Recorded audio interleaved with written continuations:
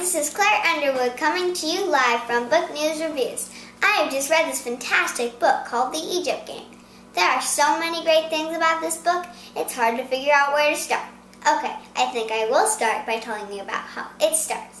So there's this girl named April who used to live in Hollywood with her mom, who was a singer in a band. But then she moved into a small apartment building with her grandmother while her mom was on a band tour. After that, a girl named Melanie, who lived in the apartment building, came up to greet and invite her over for dinner. Once at Melanie's house, they went into her room. April found a book and pulled it out from the shelf. Inside the book, she found paper dolls. The girls took them out and started playing with them. They were having such a great time since they had a very creative imagination.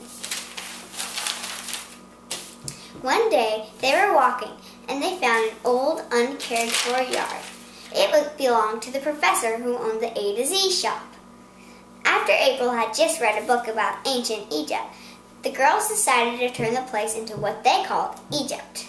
That's how the Egypt game began. They would collect things and act out their Egyptian characters. Even Melanie's little brother Marshall would act out parts. Then after a while, there was news of a little girl named Elizabeth that had just moved to the neighborhood. The girls went over to greet her, and then when school started up, they would walk her to and from school. April and Melanie were in 6th grade, Elizabeth was in 4th grade, and Marshall was in preschool.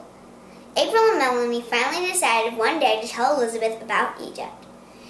They took her there, and she said that she would love to play. Everything was going smooth and almost perfect until news of the murder started spreading. If you like mysteries and suspenseful books, then this one would be perfect for you. It's a real page-turner, that's for sure.